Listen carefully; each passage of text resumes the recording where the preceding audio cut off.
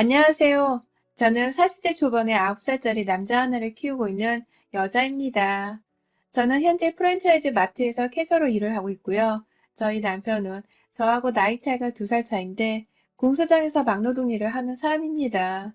둘 다 어렵게 살아왔고 결혼을 할 적에도 그리 넉넉한 경제력을 갖춘 것이 전혀 아니었어요.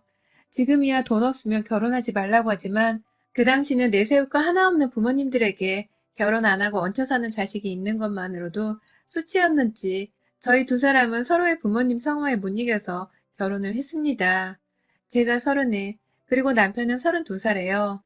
당시에도 저는 돈 버는 게 급급해서 고등학교 때부터 시작한 알바를 놓지 못한 채 발전 없는 인생을 살고 있었고, 남편은 다니던 직장에서 실직을 하고는 막 공사장 일을 시작했던 참이었는데요.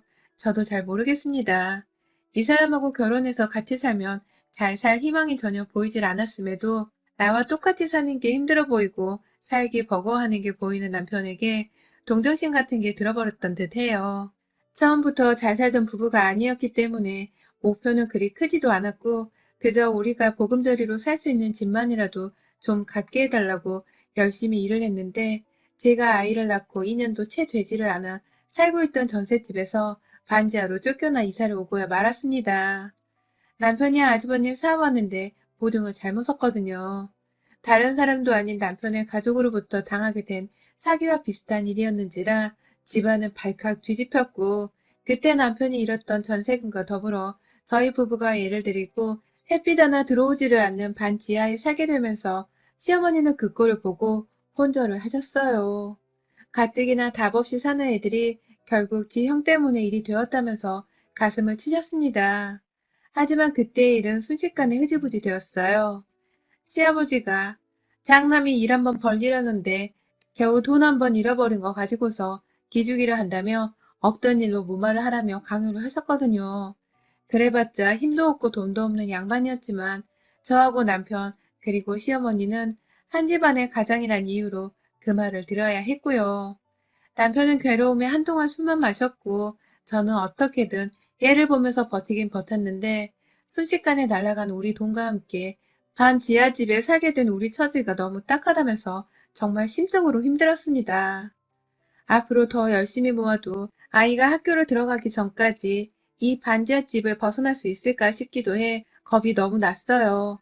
어떻게든 열심히 살아서 빨리 지금보다 나아져야 하지 않겠냐며 남편하고는 이를 악물고 정신을 차려냈고, 남편은 그날부터 거의 허리가 부서져라 닥치는 대로 일을 했습니다. 저는 저대로 아이를 돌보며 집에서 할 수 있는 부업이란 부업을 다 해봤고, 또 애가 좀 커서는 유치원에 보내는 명목으로 나가서 아르바이트라도 하며 생활비를 보태기 시작했어요. 할 수 있는 게 많지 않았음에도 아이를 위해서라도 어떻게든 한 살이라도 더 젊을 때 돈을 벌어야 했습니다. 시어머니는 내내 큰아들로 인해서 작은아들 내가 고생을 한다는 것을 잘 아셨는지 저희를 살뜰히 챙겨주고 걱정해 주셨습니다. 본인도 넉넉지 않은 삶을 사시면서도 늘 나눌 것이 있으면 내가 좀 가져다 주랴 하면서 물어봐 주셨고, 애가 잘 크는지 매번 전화를 해주시고 밥 먹이고 보고 있을 테니 저희 부부끼리 좀 쉬라며 불러주기도 하셨어요. 가까이 사시는 게 아니셨는데도 혹여나 부모가 돈 번다고 집을 비운 사이 손주가 혼자 굶고 있을 일은 없을라나 싶어서 늘 저희 집에 촉각을 세우시곤 뭐 하나 더 도와주려 애를 써주셨습니다. 마음 씀씀이만으로도 너무 감사드렸죠. 하지만 시아버지는 달랐어요. 부창부수는 개뿔. 정말 어쩌다 저런 따뜻한 시어머니가 양아치 새끼만도 못한 시아버지와 살게 되셨는지 제 속이 다 뒤집어질 지경이었어요.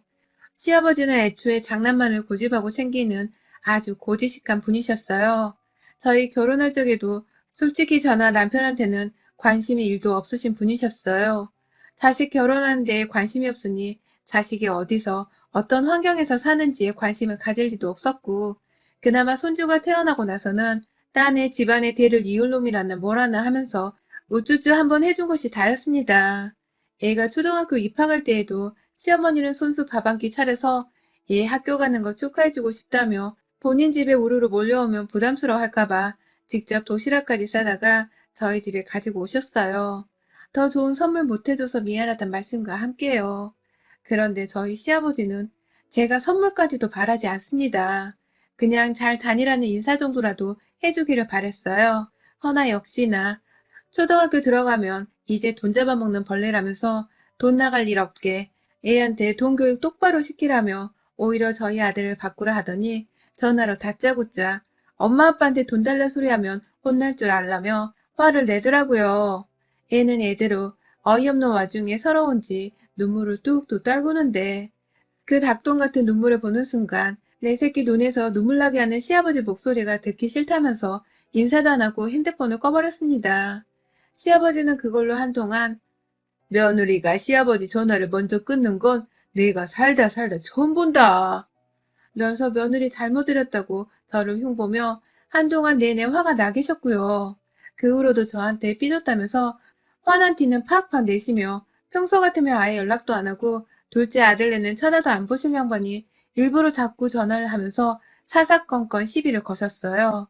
평소에도 돈이 필요하면 지 큰아들은 사업도 망했고 어려우니 안 된다고 감싸면서 저희 부부한테는 돈 달라는 말을 줄곧 하신 양반이셨거든요. 그런데 그 삐져있는 동안에는 대놓고 전화가 와서는 100만 원씩을 턱 부르더니 예전에 나 환갑일 때 그리고 칠순일 때 제대로 잔치도 해주지 않아 놓고 그냥 지금까지 가만히 있으려고 했냐? 내가 웬만하면 참으려고 했는데 요즘 며느리 네가 하는 짓을 보면 마음에 하나도 드는 게 없어서 안 되겠다. 돈이라도 좀 쥐어주고 건방을 떨어라. 라면서 용돈을 달란 소리도 하셨고요. 자식 새끼 키우는 것도 벅차 죽겠는데 아버님한테 100만 원을 어떻게 주냐면서 어이가 없다고 한숨을 쉬면 여자가 시아버지 앞에서 재수없게 한숨을 쉬고 그러냐? 돈 안 주려고 아주 꼼수랑 꼼수랑 다 쓰는구나. 라며 저를 욕하다가 남편한테 직접 전화를 해서 돈을 줄 수 있는지 없는지 확인을 해보겠다며 굳이 막노동하는 자기 아들한테 돈 달라는 소리를 한다고 전화까지 하셨어요.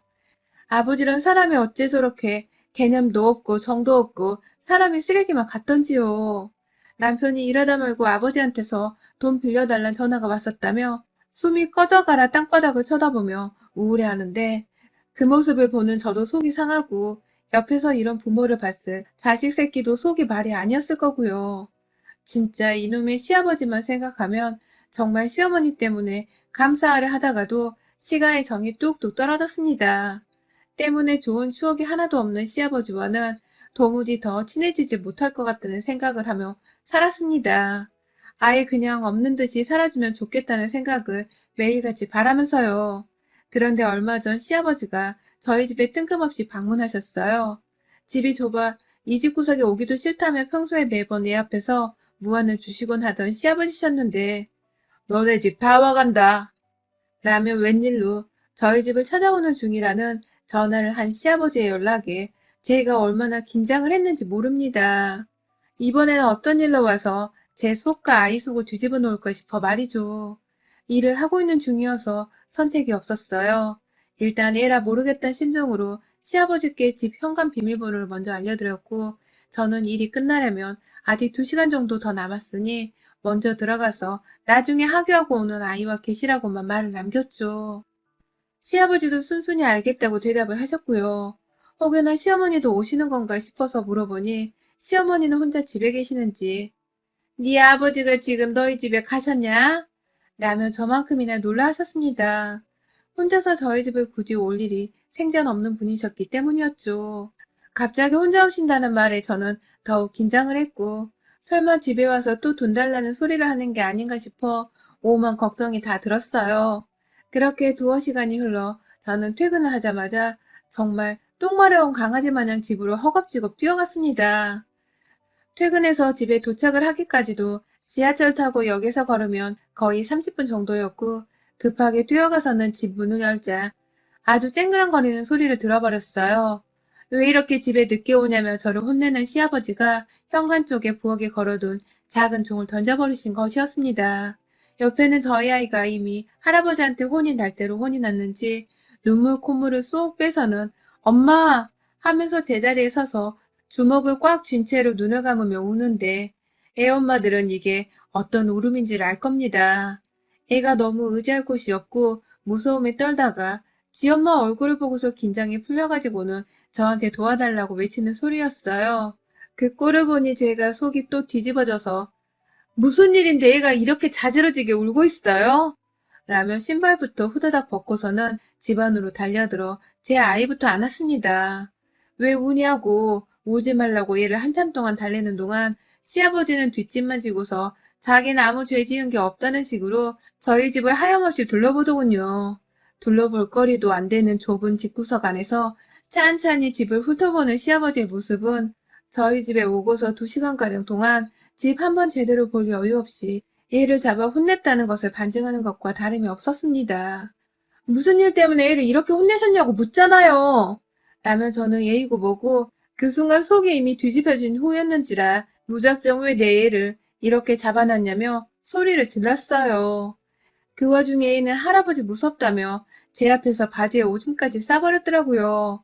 제가 애를 울리면 안 되는 건데 답답한 마음에 저도 모르게 얘한테 왜 우냐니까 라면서 소리를 질렀고 이내 잘못한 것을 알고는 엄마가 미안해 라면서 얼마나 안아줬는지 모릅니다.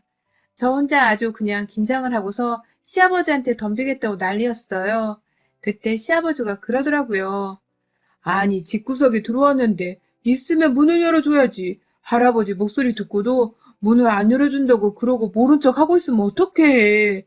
얘 교육을 도대체 얼마나 건성으로 시켜놨으면 얘가 초등학교에 들어가고서도 상태가 이 모양이야. 집구석에 멀쩡한 게 하나도 없어. 얘나 집이나. 라고 말이죠. 이 말을 하면서 제 새끼를 한번 훑어보더니 뚝 안 그쳐 이 자식아. 할아버지 머리 깨지겠다. 네가 자꾸 울어서. 라고 소리를 빽 질렀어요.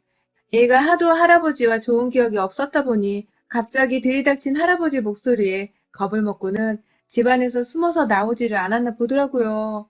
그 소리를 들으니 제 속은 또 어찌나 타들어가든지 아이한테 미안해서 괜히 아이를 한번 쳐다보고 있는데 시아버지께서 쯧쯧거리면서 집안을 둘러보다 급기야 저희 집 구석 한켠에 멈춰 서셨습니다. 하필 곰팡이가 피어난 벽지여서 급하게 온라인에서 산 벽돌 모양의 스펀지 벽지를 붙여서 곰팡이를 가려놓은 곳이었어요. 저희 집은 반지하고 햇빛이 잘 들어오지 않아서 그간 여름철이 되면 곰팡이를 좀 많이 힘들었거든요. 장마철만 되면 꿉꿉한 곰팡이 냄새에 죽겠고 하얀 벽지를 해놓으면 금세 차오르는 곰팡이로 인해서 저도 솔직히 여자로서 이런 집에서 살기 싫어 죽겠다며 구질구질 하던 생각도 자주 해버린 듯 했습니다. 하지만 그럴 형편이 되질 않으니 곰팡이를 없애가며 사는 수밖에요. 저도 햇빛이 잘 들어오는 멀쩡한 집에서 살아보고 싶다는 로망이 정말 컸습니다. 그럼에도 불구하고 내 형편에 이 반지하가 최적이라는 것을 잘 아니까 군말 없이 주어진 환경에서 나름대로 가꿔가면서 살아오고 있었어요. 근데 그 곰팡이를 가린 벽을 딱 보자마자 저희 시아버지는 얼굴을 잔뜩 구겨버리고서 한참을 또 쯧쯧거리더라고요. 혹여나 집이 좁고 가난하고 뭐 이런 자극적인 소리를 하실까봐 그래서 우리 아이가 그 소리를 듣고 자존감이 많이 무너져 내릴까 싶어서 급하게 아이를 방 안으로 집어 넣어버렸어요. 그러자 아버님은 자기도 나름 손주가 듣질 않게 하려고 기다리고 있었다는 식으로 저한테 말하시더라고요. 며느라 내가 진짜 이런 말까진 안 하려 했는데 얘가 방 안으로 들어갔으니 이제 말을 할게. 진짜 집꼬라지가 이게 뭐냐 이게.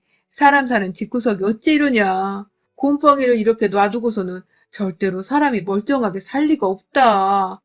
라면서 절 향해서 살림이 뭐 있다고냐며 몸을 베베 꼬는데 너무 기분이 더러웠습니다. 저도 집에 있는 곰팡이로 우리 아이 피부에 뭐 하나라도 안 좋은 게 생길까 싶어서 없앤다고 비싼 돈 주고서 방역업체에 의뢰를 해보기도 했고 혼자 벽지를 뜯어다가 새 것으로 발라보기도 하고 정말 별짓을 다 했었습니다. 그런데 시아버지가 돈 한 푼 대준 것도 없으면서 뜬금없이 와서는 일이 저희 사는 형편에 대해 말씀을 하시니 정말 기가 막히고 열불날 지경이었습니다. 저대로 억울하다면서 집 형편이 이러니 별짓 다 해도 돈을 더 못 쓰고 가려놓은 거예요. 얘도 있는데 얘 심란하지 않게 큰 소리로 집 얘기는 그만 해주시면 안 될까요? 라면서 급기야 제가 태세를 받고서는 자세를 급 낮추고 제발 좀 집으로 가달라며 사정을 하기 시작했는데요. 시아버지가 그러시대요. 어이구 더러운 집꼬라지. 이러면 부부 사이 관계는 멀쩡히 하냐? 곰팡이 낀 걸로 내 아들이 성병이나 걸리는 게 아닌가 몰라. 이렇게 더러운 걸 집안에 모시고 살면 몸이 안 남아돈다니까? 라면서 저희 부부관계에 대해서 물어보면서 제 눈을 빤히 쳐다보는데 저 진짜 낯 뜨거워서 얼굴 붉혀지고 정말 죽는 줄 알았습니다. 너무 충격적이고도 뜬금없는 시아버지 질문에 제가 그만 이성을 잃은 채 그만 좀 하시라고요. 얘 듣는다고요, 안에서. 라며 소리를 질렀고 급기야 그런 와중에 제 목소리에 지레 겁을 먹긴 한 건지 아니, 내가 그 말을 하러 온 건 아니고, 그냥 돈 좀 있으면 빌려달라고. 한 100만 원 정도만 있으면 좀 줘봐. 내가 뭐라도 용돈으로 좀 쓰게. 라면서 돈 타령을 하는데 아이고 그 얘기를 하려고 기껏 찾아와서는 내 새끼 눈에서 피눈물 나게 하고 내 귀에 이런 쓰레기 같은 소리를 퍼부은 거구나 싶어서 분노가 들끓었습니다. 먹고 죽을 돈도 없는데 그놈의 돈백 타령 좀 그만하라고 했잖아요. 라면서 부엌으로 가서 식칼을 집어드니 시아버지는 엄마야 하며 뒷걸음질을 쳤고 저는 그 길로 칼을 들고 달려가서는 주르륵 멀쩡한 벽에다가 칼집을 내기 시작했습니다. 누가 보면 칼 들고 사람 하나 죽이려는 미친년으로 볼 수 있는 상황이었기 때문에 혹여나 저희 아들이 방에서 나와 저를 볼까 싶어서 얼마나 자주 그 방문이 잘 닫혀 있는지를 확인했는지 모릅니다. 칼로 미친 듯이 벽지를 뜯고 또 뜯다가 옆에서 그 입 다물 생각을 못한 채 계속해서 저게 미친년이네. 드디어 미쳐도 단단히 미쳤어. 내가 진작에 미친년일 줄 알고 있었다니까? 라면서 혼자 벽지를 찌르고 있는 저를 향해 또 찌릿하던 시아버지의 그 주둥이를 향해서 벽에서 뜯어낸 그 곰팡이 가득한 벽지를 갖다가 집어 넣었습니다. 하나로도 모자라서 제 손에 겨우겨우 뜯겨나오는 그 벽지를 가지고서 시아버지를 향해 입 좀 다물라고 했잖아요. 보태준 것도 없으면서 그놈의 돈 타령에 그놈의 집 타령 진짜 지긋지긋해 죽겠네. 라며 마구마구 집어 넣었습니다. 자기 입으로 들어오는 곰팡이 핀 더러운 벽지를 보고는 정신을 못 차리고 저한테서 도망가겠다며 현관문이 아닌 다른 방 안으로 대피를 한 시아버지는 더 이상 나갈 곳이 없는 그 방 구석에 몰려서는 여전히 손에는 식칼을 들고 있고 다른 한 손에는 곰팡이 벽지를 들고 있는 저를 보고는 귀신을 마주한 듯이 정신을 잃을 듯 소리를 지르며 그만하라고 애원했고요. 저는 정말 그간에 시아버지로부터 받았던 갖은 서름들이 다 한꺼번에 밀려오는 듯 생각이 나면서 그러게 좀 둘째 아들내미네 집구석 좀 평소에 살펴주지 그러셨어요. 가뜩이나 등신 같은 아주버님 때문에 돈 잃고 더 힘들고 처절하게 살고 있는 우리인데 뭐가 그리 가짜나서 괴롭히지 못해 안달입니까? 그놈의 돈백. 우리는 지금 당장 죽어도 토해낼 돈백이 없어 이러고 산다고요. 라며 외치며 칼을 시아버지 앞 바닥에 던진 채 작정하고 두 손으로 우리 집 벽지를 뜯어서는 손에 쥐었고 시아버지 얼굴에다가 그 곰팡이를 마구마구 비비기 시작했어요. 부부관계 어쩌고 어째? 네 아들이 성병에 걸려? 야, 이 자식아. 세상 어느 부부가 지 아들한테 그런 악담을 퍼붓고 사냐? 라며 급기야 시아버지한테 말까지 놓아서는 정신 좀 차리고 살라며 벽지를 얼굴에 붙이는 걸 핑계로 뺨도 여러 차례 날려 때려버렸고요. 시아버지는 허공에 퇴퇴거리며 침을 뱉고 두 손으로 절 말리면서 얼굴을 가려대고 아주 난리셨어요. 정신을 못 차리길래 두 눈 뜨고 절 보라면서 그 와중에 저는 얼굴을 뺨으로 몇 대 더 때렸고 시아버지는 결국 곰팡이에 제가 날린 싸닥으로 인해서 얼굴이 불그스름하게 달아오르셨습니다. 순간 저는 곰팡이로 피부독이라도 올라온 줄 알고 얼마나 시겁했던지 뭐 알았다고 해서 절대 병원에 데려가거나 도와줄 마음은 없었지만 말입니다. 그날 시아버지는 결국 먼저 힘이 다 딸려 더 이상의 폭력을 쓰지 못하고 쉬기로 한 저의 저질 체력으로 인해서 제 소나기에서 겨우 벗어나셨습니다. 제가 그만 꺼지세요. 다신 오지 말고 여기 라고 말 한마디 하자마자 주랭랑을 치듯 도망쳐 나가셨고 그 와중에 시어머니는 혹여나 아버님이 저희 집에 와서 진상을 부리지 않았을까 싶어 계속해서 전화를 하셨는데요. 전화를 받아서는 시어머니 목소리를 듣자마자 꺼이꺼이 울어버리고야 말았습니다. 시아버지한테 폭력을 쓰긴 썼으니 충격을 받지 말라 말씀과 함께 죄송하다며 정말 목 놓아 울었어요. 방 안에서 저희 아들이 엄마가 운다며 뛰쳐나와서는 제 걱정을 하며 꼭 안아주는데 이 생활이 얼마나 질리고 치떨리게 믿고 싫었는지 모릅니다. 그냥 다 손에서 놓아버리고 살고 싶은 욕구가 가득했는데 절 안아주는 내 아들 봄이 얼마나 따뜻하던지요. 시어머니는 잘못한 것도 없으신데 그럴 줄 알았다면서 자신이 죽일년이라며 저에게 시아버지를 대신해서 사과를 또 하셨고 저는 저대로 어머님의 사과에 마음이 아파 곡소리를 내며 울다가 진정을 겨우 했어요. 그날 남편은 일 끝나고 집에 왔다가 만신창이가 된 벽지를 보고는 기겁을 함과 동시에 저와 아들 상태에 시아버지가 단영하셨다는 것을 직감했는지 그 양반 또 와서 돈 내놓으라고 한 거야? 라며 씩씩거리다가 급기야 시댁으로 가버렸습니다.